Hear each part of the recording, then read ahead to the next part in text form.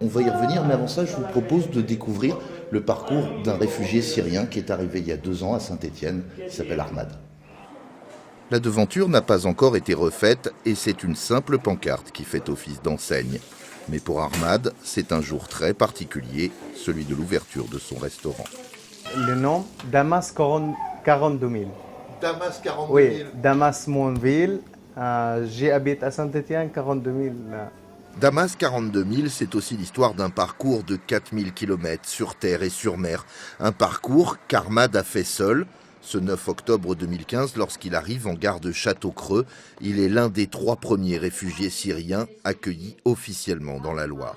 Merci aussi la ville de Saint-Étienne.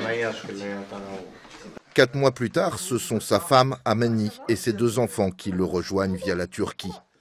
Aujourd'hui, Sali et Salem, 4 et 5 ans, vont à l'école en maternelle.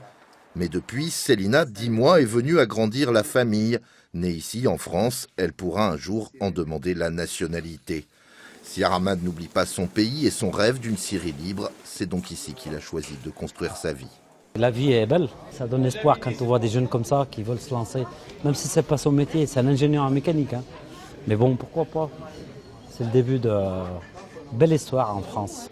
Pour ceux qui, comme Ahmad, ont obtenu le statut de réfugié, les choses sont évidemment bien plus simples que pour la plupart des migrants, dont ceux accueillis par le père Riffard, qui se retrouvent le plus souvent déboutés du droit d'asile, ce qui a valu au curé de nombreux déboires avec sa hiérarchie, les institutions, mais aussi le monde judiciaire.